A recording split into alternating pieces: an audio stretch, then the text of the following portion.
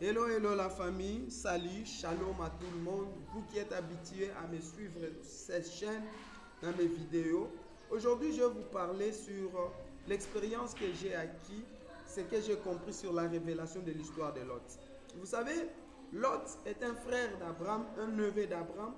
Après avoir été séparé de plusieurs années, Lot est parti construire dans les villes de Sodome et Gomorrhe. Alors, en habitant là-bas, la ville était une ville païenne. Il y avait le péché, il y avait des gens qui ne croyaient pas à Dieu, les gens qui désobéissaient à Dieu. Et l'Éternel a voulu détruire cette ville. Mais en passant, l'Éternel est passé par Abraham pour lui déposer sa bénédiction.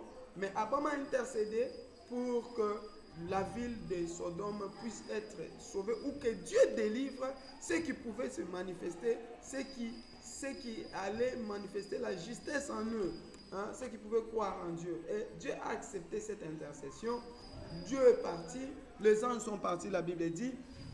Ils sont entrés à Sodome et Gomorrhe, mais dans notre surprise, le juste s'est manifesté.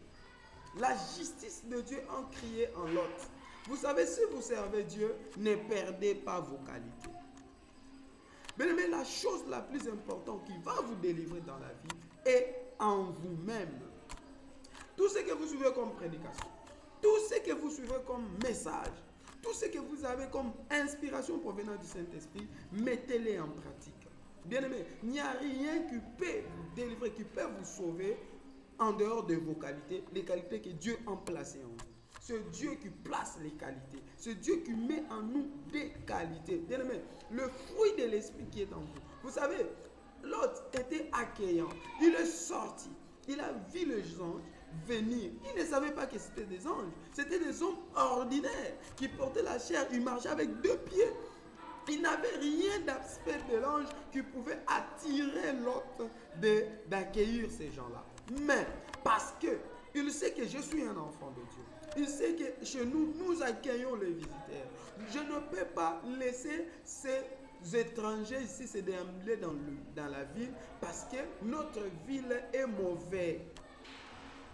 Vous comprenez? Il les a accueillis. Et en accueillant ces gens, le secret de la destruction de la ville a été révélé.